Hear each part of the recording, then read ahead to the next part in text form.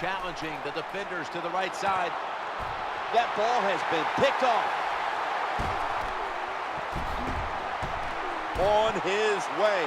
The 20, the 10, no stopping him, taking it all the way home. So if you are the Detroit Lions and have a 6'5" dude with a 43-inch vertical and don't put him out there to knock down a Hail Mary, that's just ridiculous. I mean, seriously?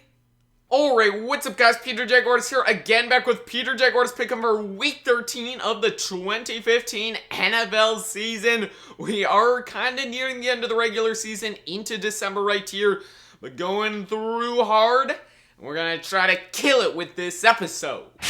In terms of the structure of the full season, last season was a little bit below average. We finished 8-8, and we are now over 100 wins for the year, so 101 in 73 through the first 12 weeks, so decent on the year, 58%. Still trying to work it up. We have been dipping down a little bit. Last 3 weeks, in fact, have not been strong, any of them, but at least we didn't finish with the losing record. And that's some more good news on Thursday night with Packers-Lions, as we joked about in the intro. Packers were able to make a big comeback with that Rodgers to Rodgers Hail Mary. I believe Megatron wasn't out there because the Lions figured it would be a lateral play, but anyhow, ended up being a bomb Hail Mary. They scored it. You see the tweet. We took the Packers and a good start.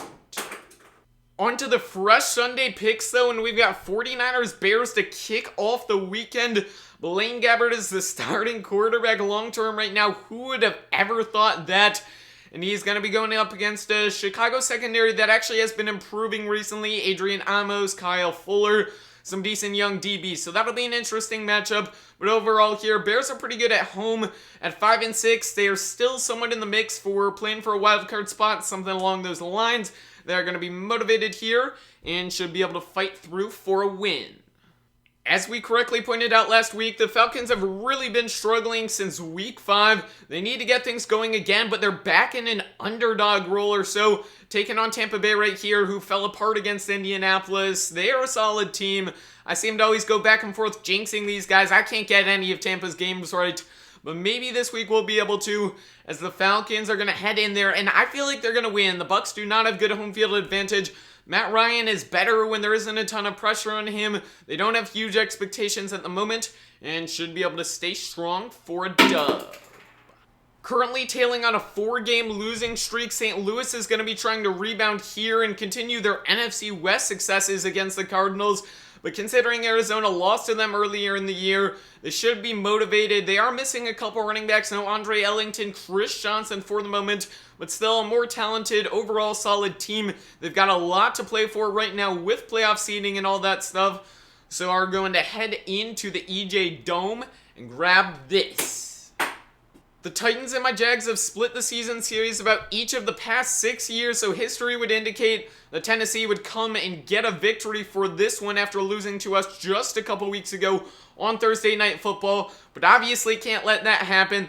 The division is starting to creep itself away and increasing that gap with Indy and Houston, but I feel like we can close it right here. Take care of another divisional one. Tennessee is not too strong at the moment. They just lost a close one to Oakland. Probably a bit demoralized after kind of getting messed up with the refs in that one. So Jags are going to come in and grab a win. Teddy Bridgewater continues to hunt for a defining statement win to really encompass his successes in these early years. And if he can take down Seattle right here and allow the Vikings to continue hanging on in the NFC North, that could pretty much be it.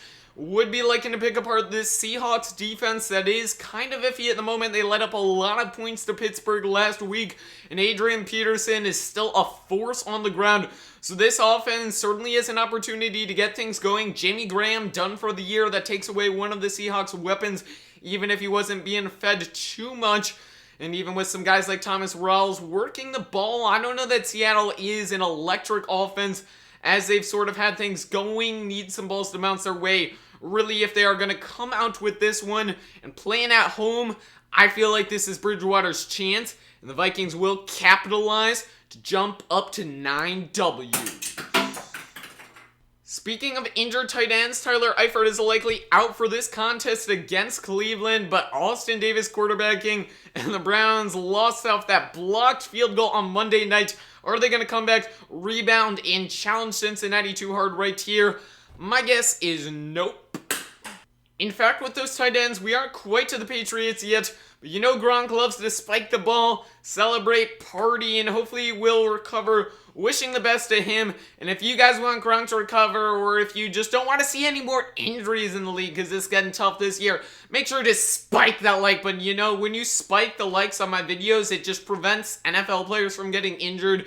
Each like prevents one ACL tear or something of that nature, so really just spike all those likes, okay? Subscribing also probably about 2 or 3 healed ACLs magically, so do those things, you know? But anyhow, we are on to Texans, Bills right now. I want the Texans to lose because, like, AFC South team. But J.J. Watt's been a beast in all seriousness. He's really pulling things together, and their defense has looked awesome over the past few games. So going to be tough for Tyrod Taylor, who is starting to maybe get things going again.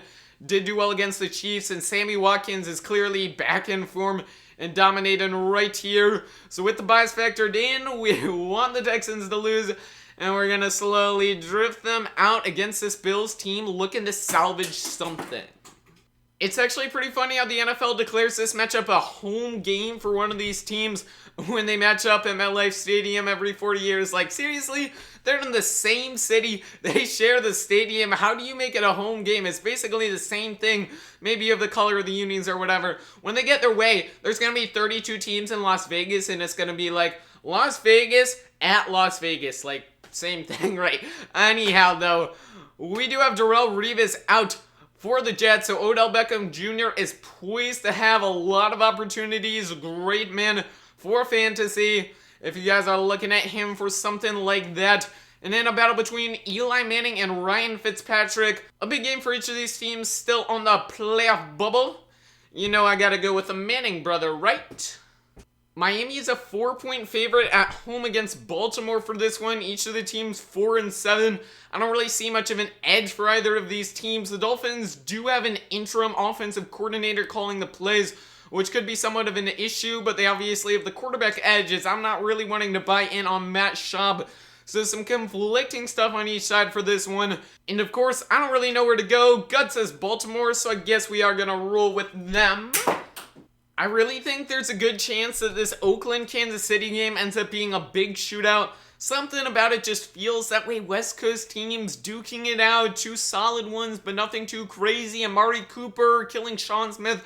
All of that stuff. It feels like there are going to be points on the board. And with something like that, I actually want to side with the veteran quarterback in Alex Smith. He can check it down all day. He's actually got a good run game right now with Spencer Ware. So that is staying strong for them. And Oakland, still young guys developing, working things together. This would be a big one for them to get back up to 500. But I am going to give Kansas City the edge and continue their W win strike. We did a little poll on Twitter last week after the Broncos beat the Pats, wondering if you guys would rather start Peyton Manning or Brock Osweiler for the rest of the season, assuming Manning was healthy. About 80% of you guys said Osweiler, and he is the one getting the nod still for the time being, though we don't know if Manning is 100% healthy, whether he would earn that spot back. So interesting right there. But anyhow, they're playing San Diego, a team that sometimes has given Denver fits in this division when they've had some talented players. Phillip Rivers can show up for some big games, and he continues to fight hard. Did well against my Jags last week as they earned that victory, and certainly someone who is just an all-out competitor. So it could end up being a good game, but overall, Broncos have a great defense. Still trying to lock up. They just beat one of the best teams in the league and are certainly capable of doing whatever they need to, so we'll be able to grab this. The Saints are going to try to play spoiler against Carolina right here and keep them from reaching 12-0, but they've been gashed by a lot of quarterbacks and tight ends. And Cam Newton, Greg Olsen, a great connection this season. They do have Delvin Breaux, who's one of the best young quarterbacks in the league. But of course, is that going to solve Olsen? Probably not. They're 32nd in the league in points allowed. And really, with Carolina still rolling strong right now, there's no reason they should lose this. The Eagles really collapsed when Sam Bradford went down, so with him back pretty soon, that should be able to shape up their offense a little bit more. But even Tom Brady and a bunch of random guys off the street is a legitimate offense. Like, seriously, him and that O-line are just that good right now. And Belichick has to be pissed after last week losing in overtime. He's going to come back strong, be fully prepared, and I'd much rather be backing him for Chip Kelly in a game like this. 522 is the number of yards that Ben Roethlisberger threw for against this Colts team last season. And with him pretty much cleared through the concussion protocol, looks like he's good to go. No reason he cannot have another game like that. And while Matt Hasselbeck is able to make the safe throws, the good reads, all that little stuff, he's 4-0 right now. He's not going to be able to compete against a quarterback of this caliber and match up in the scoring. That's just something that's going to be trouble for Indy right now when they don't have Andrew Luck and all that stuff going on. So we're going to be rolling with Pittsburgh for this showdown. And lastly, for Monday Night Football, we got Cowboys, Redskins, Washington, surprisingly a team that could be winning the NFC East with a couple good wins right here. They've looked very strong at home, though they have played some softer opponents right there at FedEx Field. With Matt Castle heading in, no more Tony Romo for the rest of the year. Dez Bryant is going to have trouble being able to get all his receptions, put work in. Will he be able to throw up the X? I'm not sure, so it should be an interesting one, but the Redskins are going to be able to come out with this one, take down Dallas, and up to 500 in the final game of the week.